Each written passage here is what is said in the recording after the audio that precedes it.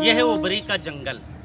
163 साल पहले अपनी मातृभूमि को अंग्रेजों की गुलामी से आज़ाद कराने के लिए आज ही के दिन इसी जंगल में फिरंगी सेना से मुकाबला करते हुए चाहलारी नरेश बलभद्र सिंह वीरगति को प्राप्त हुए थे। भारत माता को अंग्रेजों की गुलामी की जंजीरों से आज़ाद कराने के लिए देश के तमाम जाने अनजाने अमर सपूतों ने अपनी कुर्बानियां दी हैं। उन्हीं में से एक हैं चाहलारी नरेश राजा बलभद्र सिंह। साल 1840 में बहराइच स्थित चाहलारी राज्य में पैदा हुए बलभद्र सिंह ने महज 18 साल में ही अपनी बहादुरी से जिस तरह फिरंगी सेना के दांत खट्टे कर दिए थे, उसकी मिसाल कम मिलती है।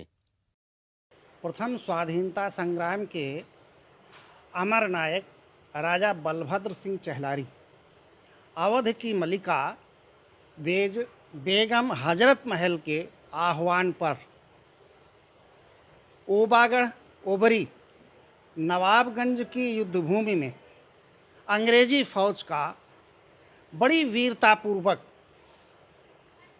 मुकाबला किया था और अंत में वीर गति प्राप्त की थी। उस समय इनकी अवस्था मात्र 18 वर्ष 3 दिन थी। नवाबगंज के रेट नदी के किनारे ओबरी जंगल में फिरंगियों से हुए युद्ध में उन्होंने अंग्रेजी सेना को तहस नहस कर दिया था और यहीं लड़ते हुए वे वीर गति को प्राप्त हुए थे। उनकी समाधि आज भी उनकी बहादुरी की याद दिलाती है। राजा बलभद्र सिंह चहलारी पर पीछे से वार करके उनकी गर्दन अंग्रेज सैनिक ने काट दी।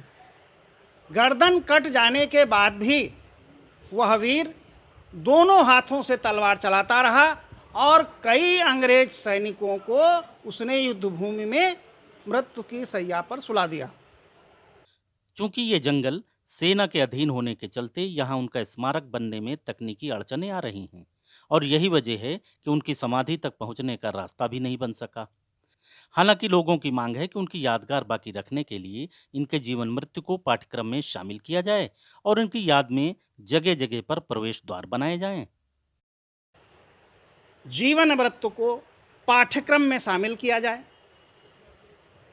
जिससे भावी पीढ़ी उनका पढ़ करके उनके देशभक्ति के अनुकरणीय आदर्श को आत्मसात कर सके। इनकी स्मृति में स्थान स्थान पर प्रवेश द्वार बनाए जाएं, इनका शहीद स्मारक बनाया जाए।